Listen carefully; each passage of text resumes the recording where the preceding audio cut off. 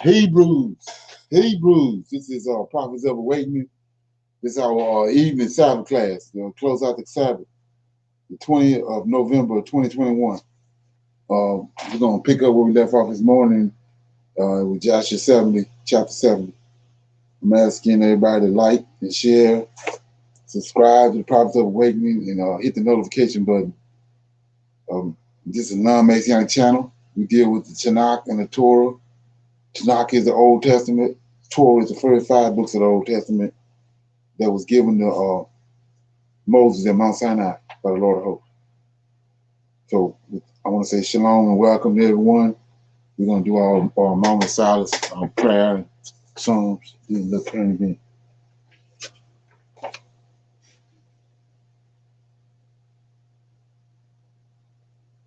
O Lord, righteousness and uprightness belongeth unto thee. Therefore we come before thee at this hour, seeking our face and looking for righteousness and uprightness, that we may walk before thee as thy servants David and Solomon and Samuel and Hezekiah did, that we may walk before thee in truth and in rightness of and in righteousness and in rightness of heart. Give unto us, O Lord, an understanding heart, that we may discern between good and bad, for we know you possess the power to turn us. For we desire to walk after thee, O Lord, and keep your commandments, your testimony, and your statutes with all our heart and soul, to perform these words of the covenant that was written down by your prophets. O Lord, allow thy face to shine upon our people. Hear our plea, hear and do, O Lord, and hide not thy face from us, for we need you so very much at this hour. Peace be unto you. Okay, read a song. Okay.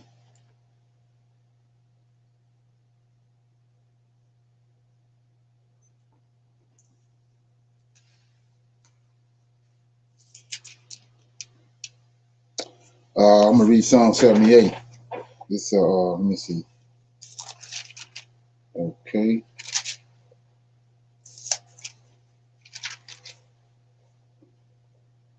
Psalm 77 says, Who is so great a God as our God? This is Psalm of Asaph. I cried unto God with my voice, even unto the God with my voice, and he gave every ear unto me. In the day of my trouble, I sought the Lord. My soul ran in the night and ceased not. My soul refused to be comforted. I remember God. I was troubled. I complained, and my spirit was overwhelmed. Selah, thou holdest mine eyes waking.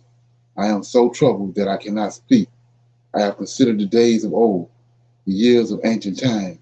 I call to remembrance my song in the night. I commune with mine own heart, and my spirit made diligent search. Will the Lord cast off forever, and will he be favorable no more? In his mercy, clean gone, is his mercy clean gone from ever? Does his promises fail forevermore? Have God forgotten to be gracious? Have he in his anger shut up his tender mercies? Selah, I said, this is my infirmity, but I will remember the years of the right hand of the Most High. I will remember the works of the Lord. Surely I will remember the wonders of old. I will meditate also of all thy works and talk of thy doings. Thy way, O God, is in the sanctuary. Who is so great a God as our God? Thou art the God that doeth wonders. Thou hast declared thy strength among the people. Thou hast with thine arm redeemed thy people, the sons of Jacob and Joseph. Selah. The clouds poured out water, and the skies sent out a sound. Thine arrows also went abroad. The voice of thy thunder was in the heaven. The lightning lightened the world, and the earth trembled and shook. Thy way is in the sea, and thy path is in great waters, and thy footsteps are not known. Thou leddest thy people like a flock by the hand of Moses and Aaron. So that was Psalm 77. Okay, and it's who is so great a God as our God? Any anybody got any comments on that? Or Shalom. okay, Verse 11, I will remember the works of the Lord. Surely I will remember thy wonders of old. I don't know what it is, but it's like our ancestors and even us, we tend to forget and right, still, seek after other gods. right, you're right, exactly. They kind of came up this morning. Anybody else got anything?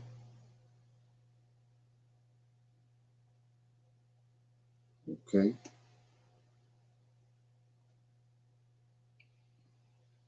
okay, yeah. So notice how 15 says, "Thou hast with thine arm redeemed thy people, the sons of Jacob and Joseph." So like I was saying, keep on. When you see Joseph, we're talking about Ephraim, which is Ephraim is over 10 tribes. So that's Jacob is Judah, Benjamin, Levi, and Joseph is 10 tribes. So northern king. Okay. Anybody else? Okay. Anybody got any current events? Okay. Got a couple. It's like a warning here. I thought this is kind of impactful. People where it hurts. I hear from individuals all over the world telling me about their experiences, and it isn't pretty. The first thing I want to look at is the cold front that's going to engulf the entire United States and other areas. The second thing is the inflation nation. We are seeing the producer prices, the consumer prices all rising today.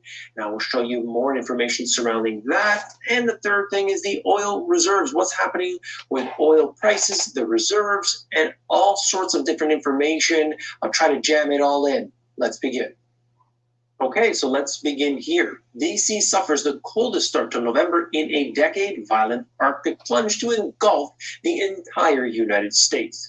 Plus the link between sunspots and the weather. This is the coldest first week of November since 2012. So just to give you an idea of where we are historically, and then they had a few points that I think are really, really interesting. Violent Arctic plunge to engulf the entire United States. A severe blast of polar cold is preparing to drop anomalously far south and engulf the entire United States from coast to coast. I don't consider the above title hyperbole. If the forecast plays out, this will prove historic. And that's big, of course. Pockets of cold expected as we approach the weekend, particularly to the central regions. And then it goes on, okay? This is important. Real important, because food prices are already rising considerably. And what's going to happen here after this is they're going to really allow the frost to take hold on some of these crops and potentially ruin them. Here you can see the map, just giving you an idea of what's happening. Nobody knows until after the fact. A word of caution, though, this forecast is still in the unreliable time frame. The models could easily shift. Okay, so that's all for this. But it's not the only place. Exceptional cold wave engulfs 90% of China. Beijing sees snow 23 days earlier than usual. North Africa suffers rare November flurries, plus the continent spanning polar cold sweeps Australia. All over the world, cold too early at a time we are using so much energy. The demand is up, the prices are up, it's hard to come by. And what do you think this is going to do to your food and energy prices? I think it's pretty obvious, okay? This is not a good sign at this time. And just to go back to this, you as an individual, you shouldn't just be a bystander. You should do what you can today. Number one, that means being prepared on the food front, having that ready to go. Also, at the same time, many people are getting their power provider to sign into a deal to lock in those prices today. You got to do your own due diligence on that, see if it makes sense for you. American households are carrying record amounts of debt as home and auto prices surge. You're looking at this, an increase of 1.9%. It's just a small percentage you look at, but think about it, $286 billion for the second quarter of the year. What are people doing right now today? They don't have that stimulus that they did previously. And so what do? Go to the credit cards, go to the different types of debt available to them. Mortgages, which are the largest component of household debt, it increased yet again, $10 trillion of debt. A rib roast can set you back $100 as meat inflation hit shoppers. I do believe this is referencing Canada, just to show you it's all over the world. Thanksgiving dinner staples are low in stock thanks to supply chain issues. Turkeys, yams, and pies are in low supply, though aluminum foil to cover it will be easier to find than last year. We are walking ourselves over the cliff today if we keep that money in cash, especially. Okay.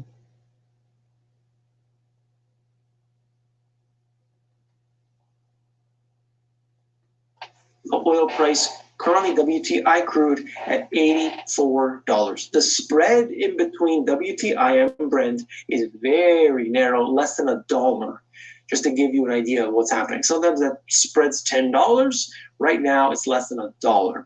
Okay, and you're looking at natural gas around $5. So that is something that has been, if I could pull that up, if it will allow me to, of course not. This has been on a tear.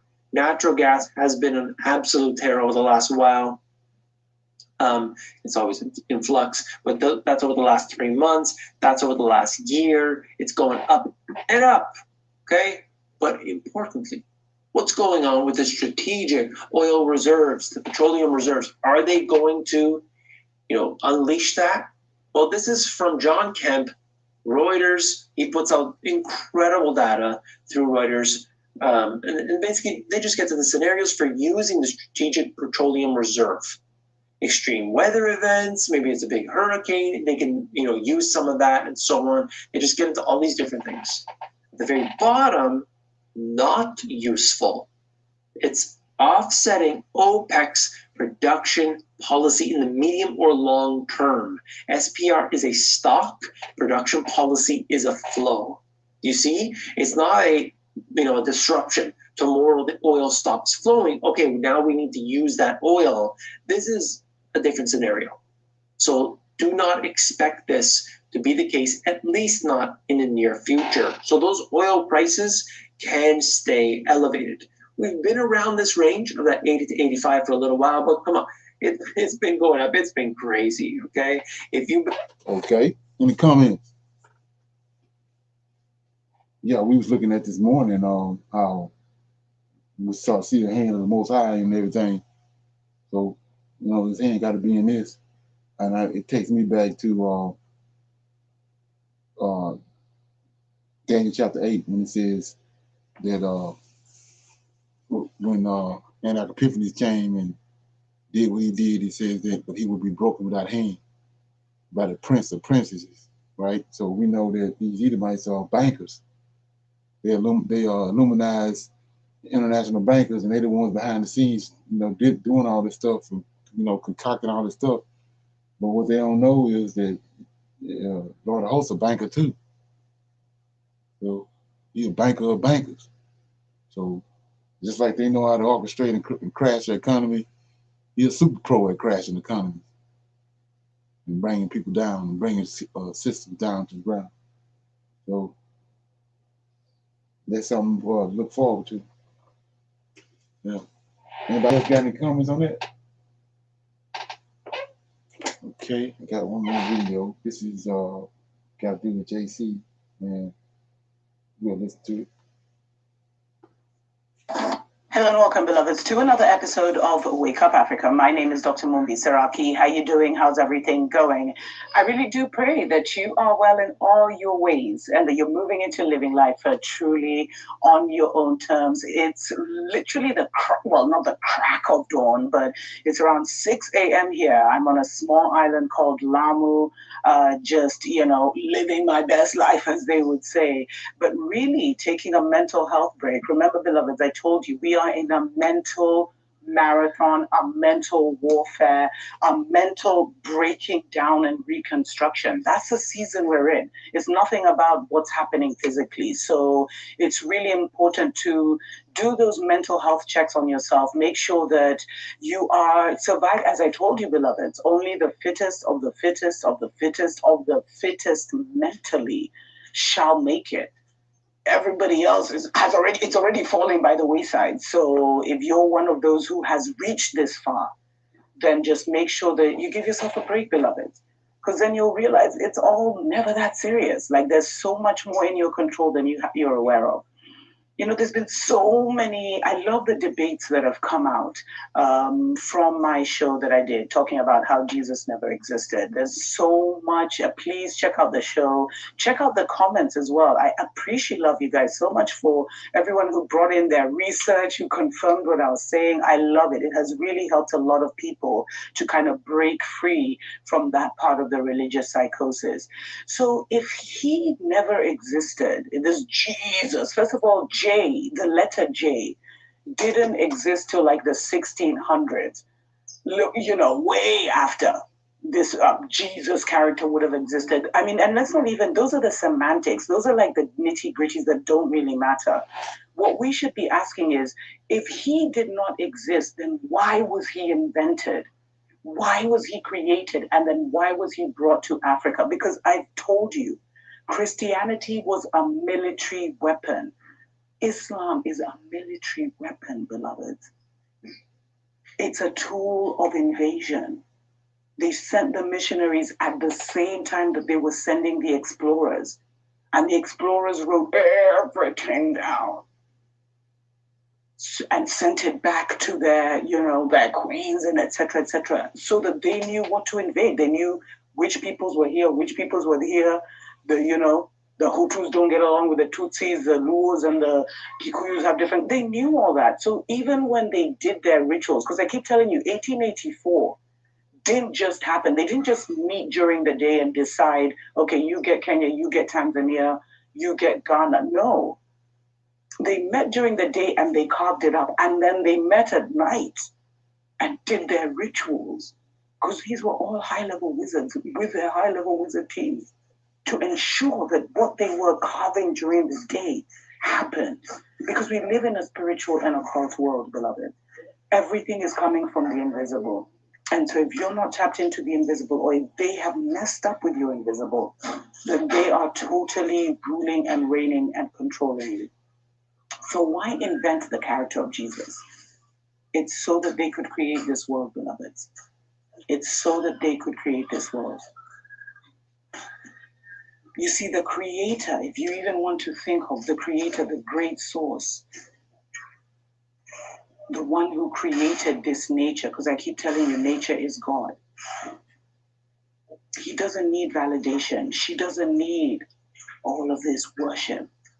And she put that creator thing in you. And it's much deeper than that. So even now, I'm talking about this on such a basic level. But basically, beloveds, the character of Jesus was created to enslave you and to make you okay with your slavery. It was done to create a concept of a Mzungu God in you, and only the Mzungu God in you, and take away your own spirituality. So that when you saw the Mzungu killing, stealing, and destroying, you literally would not react. You wouldn't go back and seek revenge, because you looked at them as God, as children of God. I mean, it's that serious. They invented Jesus so that they could come, they could colonize you, they could rape your grandmother, and then 50 years later, they're owning your land, they're still owning your land. They have many of you as wage slaves. They're marrying you after what they did to your grandmother. They're mingling, they're comfortable. It was done to give them access. Jesus was created to give them access because they needed spiritual access first before they could penetrate physically. But you see, for them, because they cannot they cannot get beyond certain levels spiritually, they literally had to bring us down and entrap us. You see, the colonization was mental first, and the colonization was creating a Mzungu God, which is such a low concept. And apart from giving them access, that was the main thing. It gave them access to our worlds, to our people. And they came with their sorcery, farmer magic. And they used their magic that our people had not seen, to literally create a new paradigm and control our people. So they did it so they could get access to us. And you can't access us physically, you have to access us spiritually first. You have to get into our narrative and then get us to put you in our narrative. And they did it to always have us in this duality, in this love-hate situation with them, where we know they've done all these terrible things to us, but they've taught us to turn the other cheek when someone does you wrong, which is not a concept that is. Okay. Anybody got any comments on that? Did it make any sense?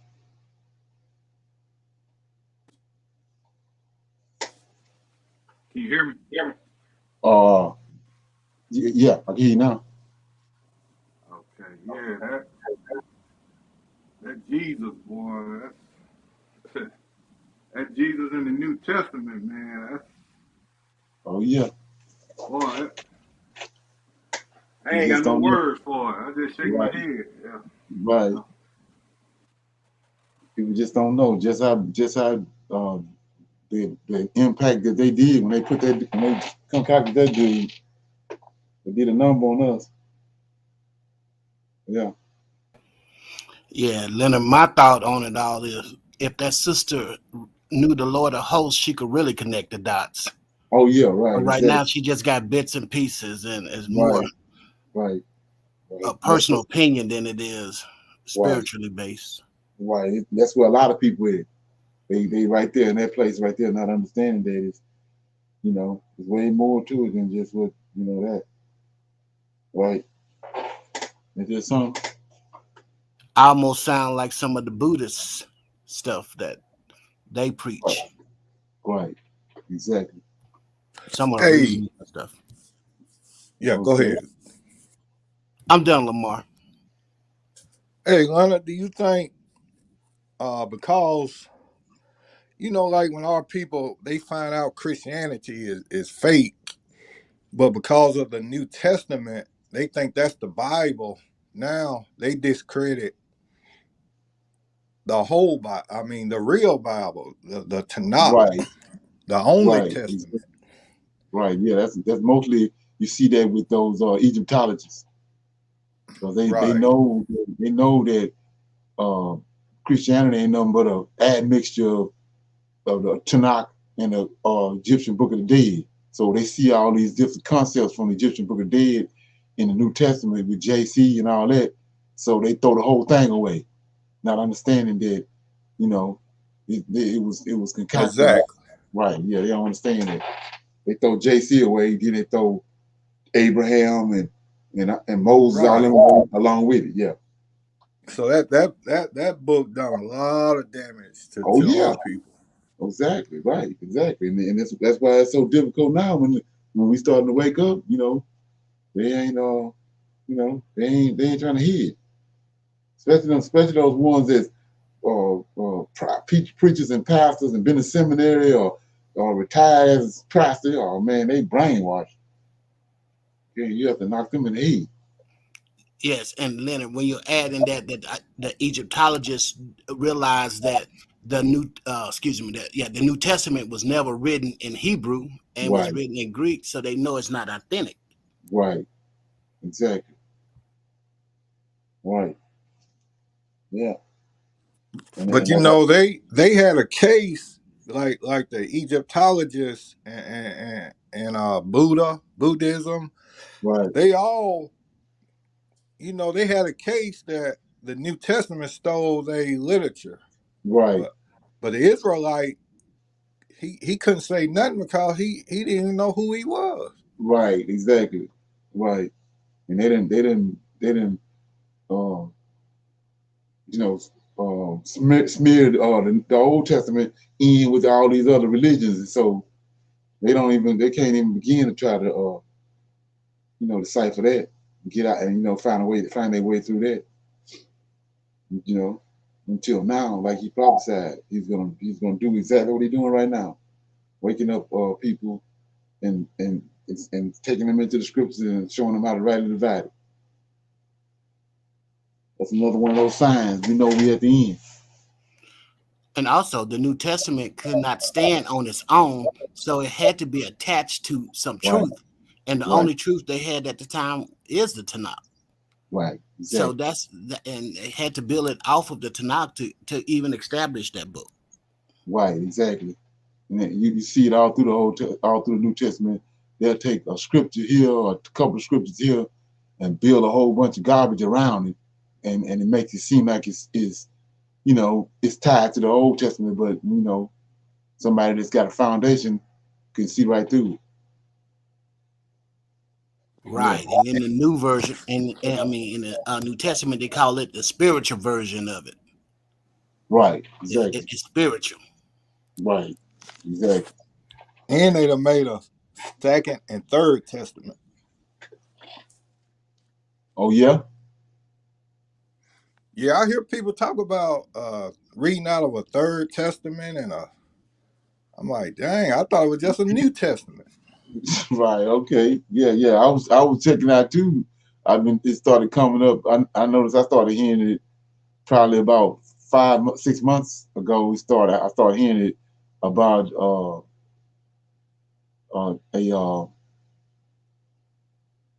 book of remembrance. And so I was in a conversation with somebody, and they brought the book of remembrance up, and I showed them where the book of remembrance was, and they said, "No, they got. I think the Mormons got a book of remembrance. I think a lot of this stuff coming from Big Judah, because he's sitting there bringing up information out of the Book of the Mormons and the Book of the yeah. I'm like, wow, man, come on. Yeah, I read some of that book of the remembrance. They start talking about Matzah the lamb, and you know Yeah, who they right. going with that. You know what I'm saying? Come on, man. Yeah, come It, on. I'm it, showing you. it's got JC written all over that book of remembrance that they are Right, referring to, and what I exactly. have read. Yeah, So, and exactly. also, and it's different versions of the Book of Remembrance. It's the Right, Enoch, uh, what our grandmothers said, and right. there's about two or three more. Yeah, it's And, crazy, man. but they all hold fast and true to JC Right. And through it. and he sit right there and tell you, let me read that. That's what I was showing them, and they was like, what I'm saying, come on, man. You know, I'm in Malachi. Yeah, see, it's right here. I showed them this right here. They thought I was a nutcase. So I'm in Malachi chapter. Uh, I'm in Malachi. Okay.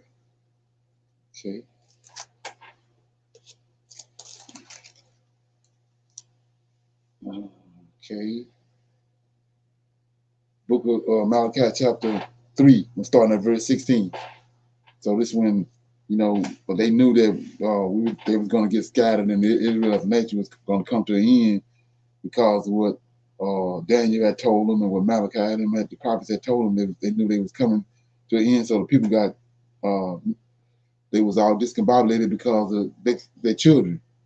So it says, this is the final lot of the righteous and the wicked. Verse Malachi 3:16. Then they that feared the Lord, back to that thing we told you about, they tremble, the ones that tremble at his word. Then they that feared the Lord spake often one to another, and the Lord hearkened and heard it, and a book of remembrance was written before him for them that feared the Lord, and that thought upon his name, and they shall be mine, saith the Lord of hosts, in the day when I will make up my jewels, and I will spare them as a man spares his own son that serveth him. Then shall ye return and discern between righteousness and wicked, and between him that serveth God and him that serveth not. So there it is right here, point blank. Book of Remembrance telling you what it is. It's the Tanakh. They wrote down our history. Then this is what they got. This is what Antioch Epiphanes and all them got hold to. Was out that book, the Book of Remembrance.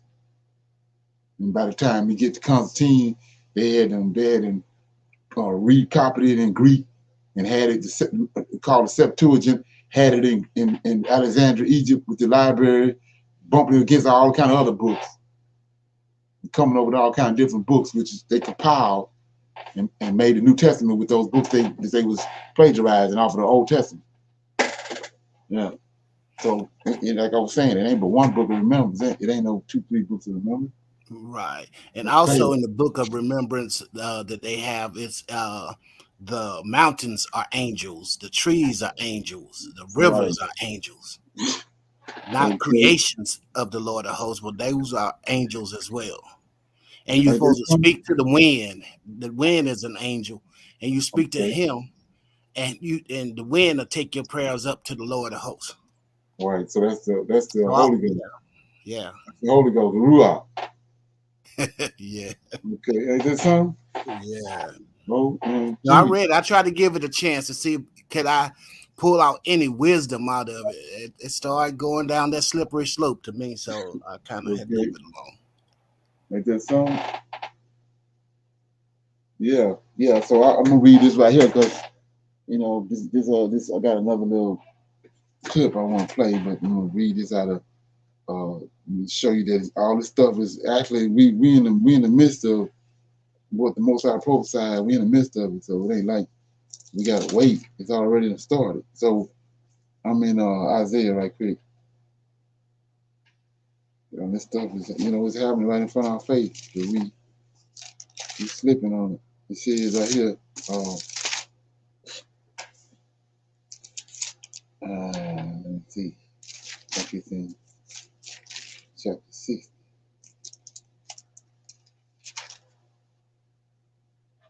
Yeah, chapter 60. I'm gonna read this. The future glory of Zion.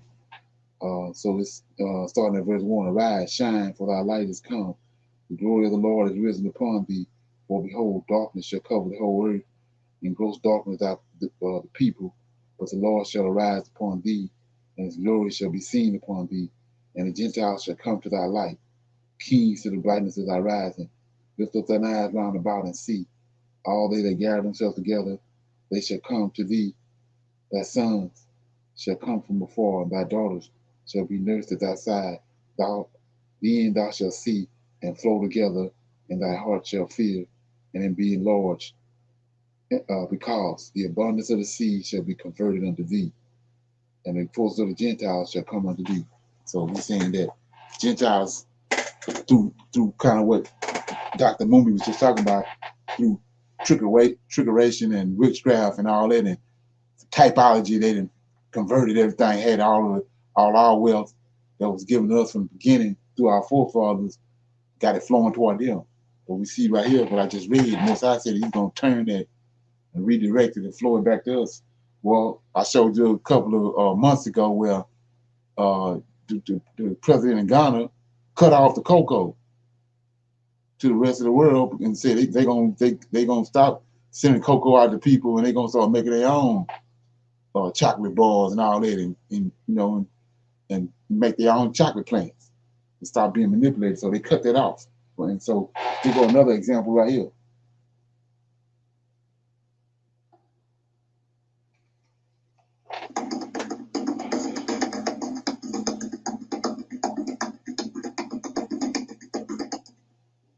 Hi everyone, I'm very happy to share this news from Congo, where the Congo authorities will no longer allow the country's minerals to be processed outside of the continent of Africa. And this is a full story. The Democratic Republic of Congo will soon bring together leaders of several African countries that own minerals in their territories to explore how themselves will start processing the minerals in Africa. The DRC Africa Business Forum is expected to take place here in Kinshasa on November 24 and 25 and will be attended by representatives of several companies involved in the electric vehicles manufacturing. Various banks will attend as well. Julien Paluku Kahongya, the DRC Minister of Industry, told Channel Africa that Congolese minerals will no longer be allowed to go to Europe while they have not yet been processed, so that Congolese people can also benefit. Julien Paluku. The 3-year moratorium was granted to investors so that beyond 3 years, the DRC begins to transform its own minerals. The 3 years have come to an end this year, 2021. The government of the Democratic Republic of Congo intends to invite at least 1,000 people, including 300 from several African countries and 700 locals, to be part of the DRC Africa Business Forum. Research into the minerals content of Congolese soil. Just for GP, this right here, what you're listening to, is tied to cryptocurrency. Ain't tied to the dollar. And what they should be used for has already been done by experts from the Bloomberg company. Minister Julien Paluku has then stressed that over the next 10 years, about 145 million electric vehicles will be manufactured through minerals owned by the Democratic Republic of Congo. Once more, Julien Paluku explains. Qu'il s'agisse du cobalt, qu'il s'agisse du lithium. Whether it's cobalt, whether it's lithium, whether it's manganese, whether it's graphite, whether it's copper, these minerals are very important because they make it possible to meet a growing demand around the world for what are called electric cars. Meanwhile, African leaders are full of nice speeches that are rarely followed by actions, and indeed, most of people have been disappointed and have no more trust. One of the disappointed Congolese is Professor Nkere Tanda from the University of Kinshasa. We are used to a political class whose behavior, whose talk has never been about development, has never been about transforming this country. They will say one thing and do the contrary. So I don't give any trust in such statement unless I see something. This is not the first time we have had such a speech, but nothing has ever materialized. So I would not be surprised that nothing even materializes in this case as well. Africa and the DRC currently do have political leaders who are very, very irresponsible, who don't give a damn about the well-being of the people, about the development of the country, of the continent. It's just unfortunate. They will say one thing and do another. So it's just a shame as a political class in the DRC and in Africa. Just a shame. On the other side. Yeah, so like I was saying before, we witnessing all this stuff manifesting itself in front of our face. Even with they see that. So a lot of stuff we giving them credit for, but they know they ain't did it. A lot of hosts behind it, and you see a lot of those leaders over there, African leaders, being murdered, like they murdered the guy down there in what's that place over there in Haiti. They came in the night and killed him. They killed another guy too. I think they said 21 people been murdered over this year alone. It's because this was happening. They getting away from them. They see their little world falling apart. Some of it Esau behind it, but some of it Yahweh, Lord hold behind it. And they see their whole their little system they had, the capitalist system, which is called the Gentiles, forces of the Gentiles being dismantled. And it's all going back to Africa, to where it originally started at. And the people that is tied to, setting up for us to go back. Yeah, so all they know how to do is murder, like Cain did Abel. That's all he know how to do. When nothing else will work, just start killing folks. That's all they know. Yeah. Any comments?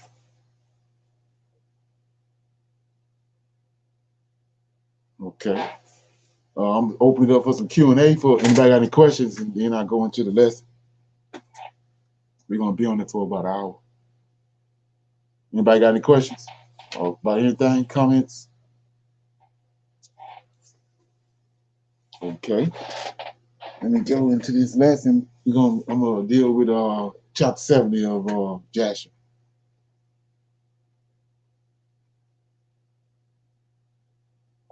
Okay. We left off this morning in Sabbath class with 69. We had 68 and 69.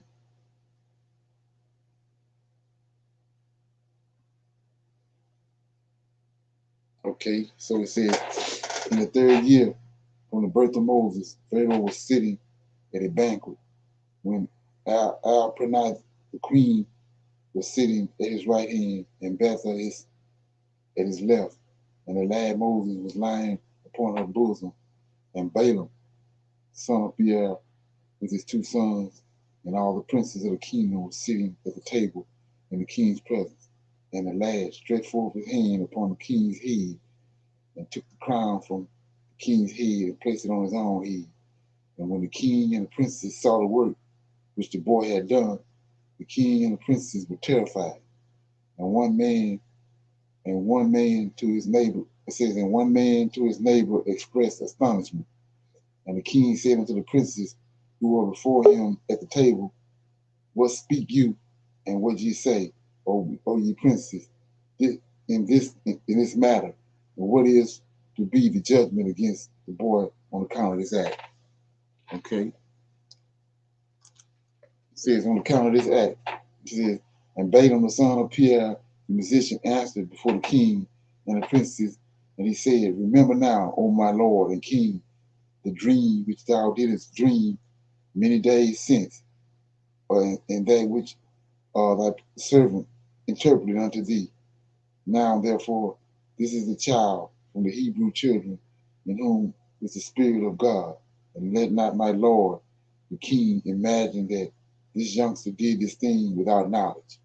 For he is a Hebrew boy, and wisdom and understanding are with him, although he is yet a child, and with wisdom has he done this, and chosen unto himself the kingdom of Egypt.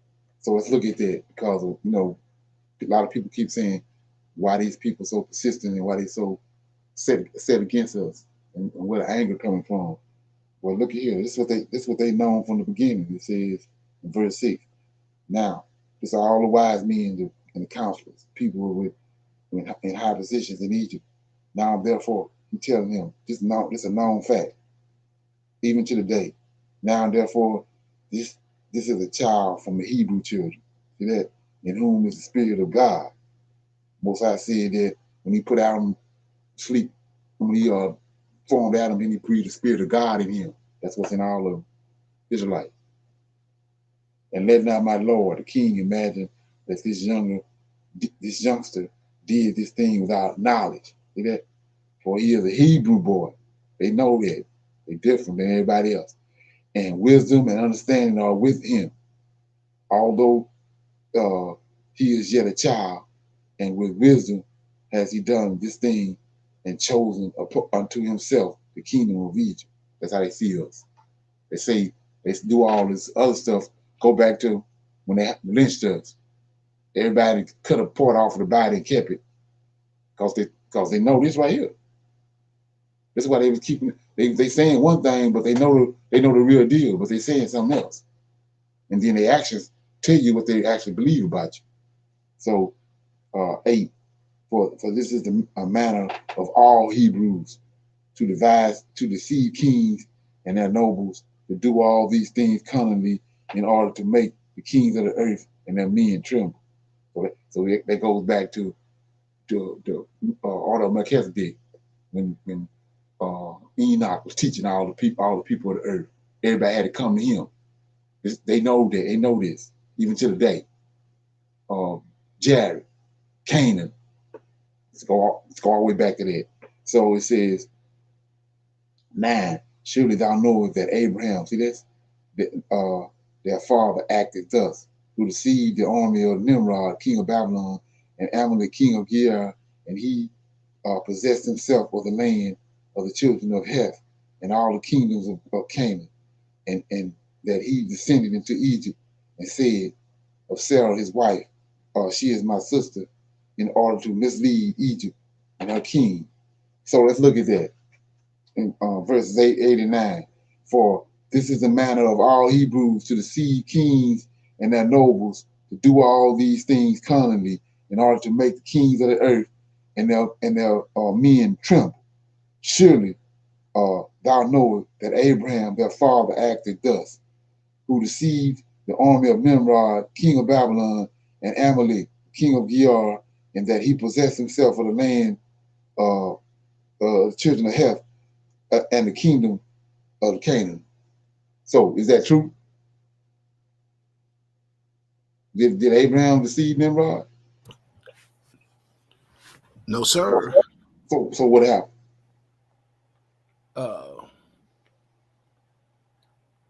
Let's go back to what I was saying about he sent Cain away from him and the Egyptians. They're not dealing with the angels in heaven. This is what the angels is in another dimension.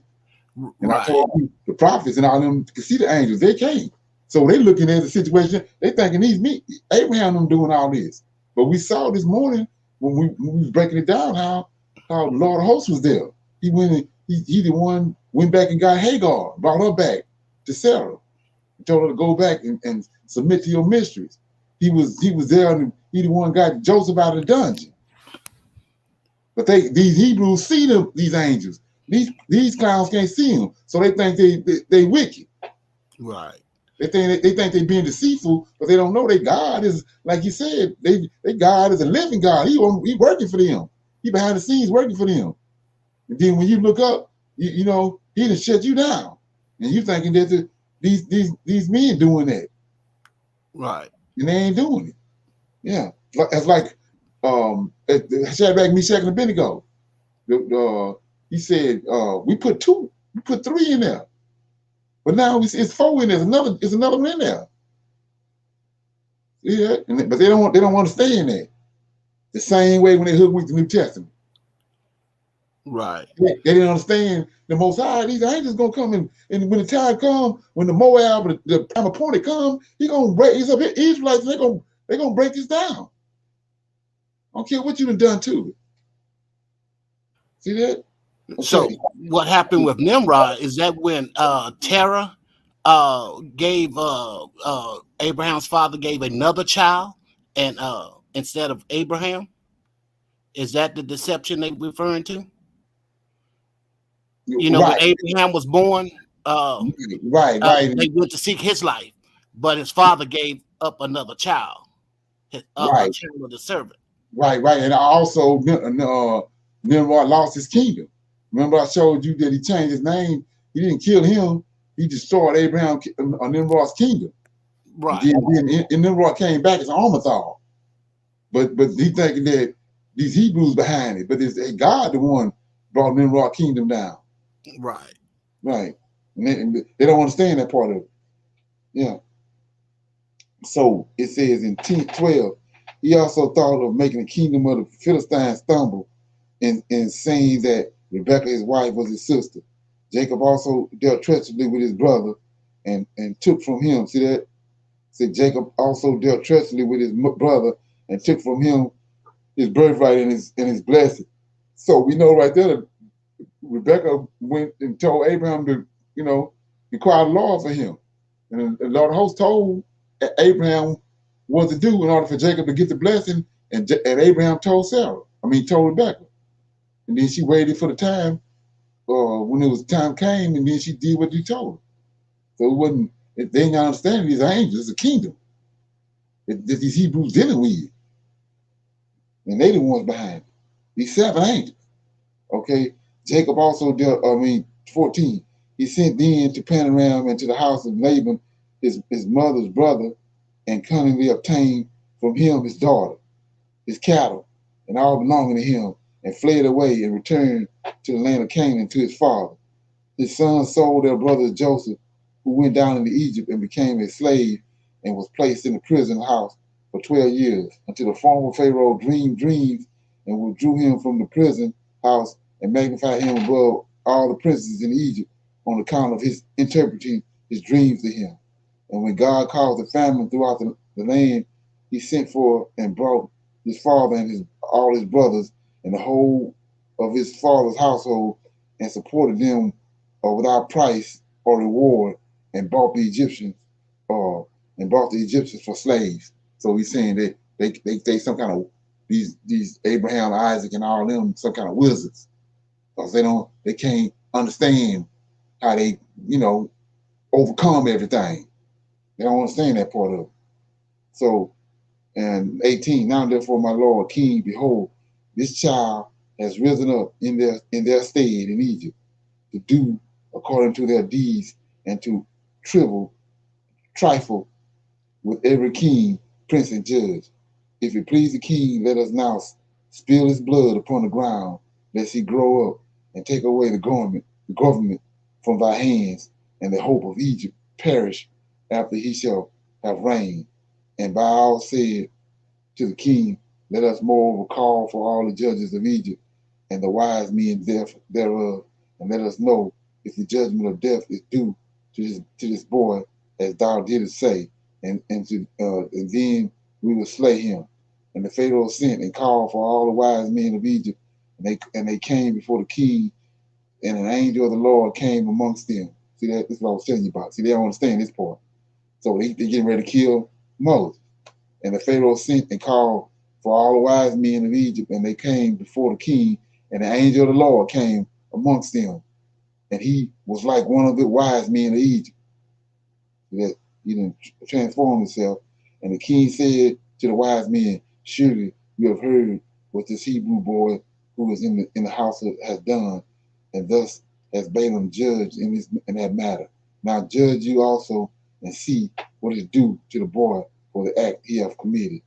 And the angel, who seemed like one of the wise men of Pharaoh, answered and said as follows, before all the wise men of Egypt and before the king and the princes, if it please the king, let the king send for men who shall bring before him an onyx stone and a coal of fire, and place them before the child. And if the child shall stretch forth his hand and take the onyx stone, then shall we know that wisdom has the youth done all in wisdom has the youth done all that he has done, and we must slay him. Right? So notice what he did. He says, the angel of the Lord told him, bring before him an onyx stone and a coal of fire. That should ring a bell. He said, bring a coal of fire before the child. Come on, man. So 26. But if he stretch forth his hand upon the coal, then shall we know that it is not with knowledge that he did this thing, and he shall live. And the thing seemed good in the eyes of the king and the princes. So the king did according to the word of the angel of the Lord. And the king ordered an onyx stone and a coal to be brought and placed before Moses. And they placed the boy before them, and the lad endeavored to stretch forth his hand to the onyx stone. But the angel of the Lord took his hand and placed it upon the coal, and the coal became extinguished in his hand. And he lifted it up, put it in his mouth, and burned part of his lips and part of his tongue, and he became heavy in the mouth and tongue. And when the king and the princes saw this, they knew that Moses had not acted with wisdom in taking off the crown from the king's head. So the king and the princes refrained from slaying the child. So Moses remained in the Pharaoh's house growing up, and the Lord was with him. And while the boy was in the king's house, he was robed in purple, and he grew amongst the children of the king. And when Moses grew up in the king's house, Bathsheba, the daughter of Pharaoh, considered him as a son, and all the household of Pharaoh honored him, and all the men of Egypt were afraid of him. And they daily went forth and came into the land of Goshen, where his brethren, the children of Saul, Israel, were. And Moses saw them daily in shortness of breath and hard labor. And Moses asked them, saying, Wherefore is this labor meted out unto you day by day? And they told him all that had befallen them, and all the injunctions in which the Pharaoh had put upon them before his birth. And they told him all the counsel which Balaam, the son of Beor, had counseled against them, and what he had also counseled against him in order to slay him when he had taken the king's crown from off his head. And when Moses heard these things, his anger was kindled against Balaam, and he sought to kill him, and he was in an ambush uh, for him day by day. And Balaam was afraid of Moses. And he and his 2 sons rose up and went forth from Egypt, and they fled and delivered their souls and betook themselves to the land of Cush, to Canaan, king of Cush. And Moses was in the king's house, going out and coming in. And the Lord gave him favor in the eyes of Pharaoh, in the eyes of all his servants, and in the eyes of all the people of Egypt. And they loved Moses exceedingly. And the day arrived when Moses went to Goshen to see his brethren, that he saw the children of Israel and their burdens and hard labor, and Moses was grieved at their account. And Moses returned to Egypt, came to the house of Pharaoh, and came before the king. And Moses bowed down before the king. And Moses said unto Pharaoh, I pray thee, my Lord, I have come to seek a small request from thee. Turn not away my face empty. And the Pharaoh said unto him, Speak. And Moses said unto the Pharaoh, Let there be given unto thy servant, the children of Israel, who are in Goshen, one day to rest therein from their labor. And the king answered Moses and said, Behold, I have lifted up thy face in this thing to grant thy request. And the Pharaoh ordered a proclamation to be issued throughout Egypt and Goshen, saying, To you, all the children of Israel, thus says the king, for 6 days, look at this, you shall do your work and labor, but on the 7th day you shall rest, and shall not perform any work. Thus shall ye do all the days, as the king and Moses, son of Bethel, have commanded. And Moses rejoiced at this thing which the king had granted to him, and all the children of Israel did as Moses ordered them. And this thing was from the Lord to the children of Israel, for the Lord had begun to remember. So that's where we at right now. For the Lord for this thing was from the Lord to the children of Israel, for the Lord had begun to remember the children of Israel to save them for the sake of their fathers. And the Lord was with Moses, and his fame went throughout Egypt. And Moses became great in the eyes of all the Egyptians and in the eyes of all the children of Israel, seeking good for his people Israel and speaking words of peace, regarding them to the king. Okay. Any comments? That was Joshua chapter 7.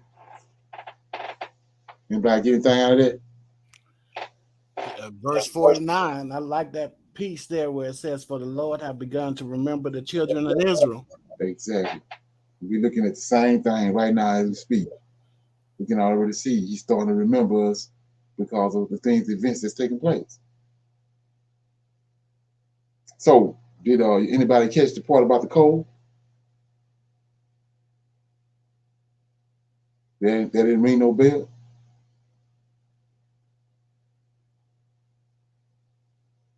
Didn't the angel of the Lord that was clothed in linen take a coal from the altar and put it on Jeremiah's lips?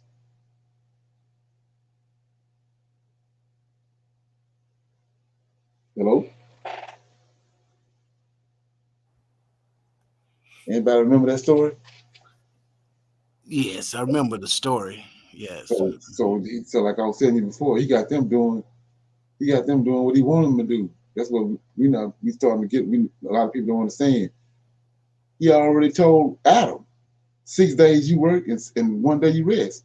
Now he didn't brought Moses on the scene. Moses, he got them doing just what he told the Israelites to do. And so you think the Israelites didn't rejoice when they saw that? That was a sign just for them. The Egyptians ain't understand that. When they heard that 6 days you work and 1 day you rest, they knew that the Lord was already at work.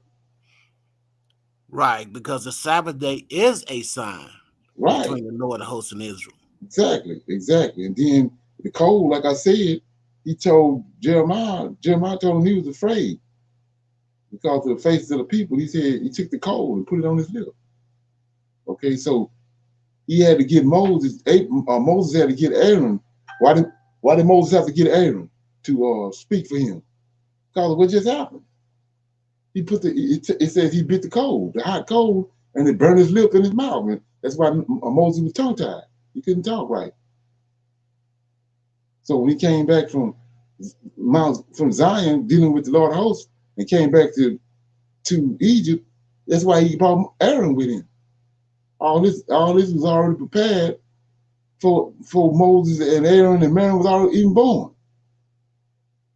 As soon as he came back, Moses was a mouthpiece. He already knew what he had to make Moses bite the hot coal and save his life. But he messed his speech up. Ain't that something? Okay. Yes, sir. Okay. Yeah. So with that being said, if nobody don't have nothing else to say about it, I'm gonna close out. We right at an hour. Okay. Let me get this. Yeah. So I'm gonna see everybody again on Tuesday for the men's line at 8 o'clock. I'm gonna say shalom to everybody. And I see y'all on, like I said, I still want to see men on Tuesday. Shalom, shalom. Shalom. Shalom.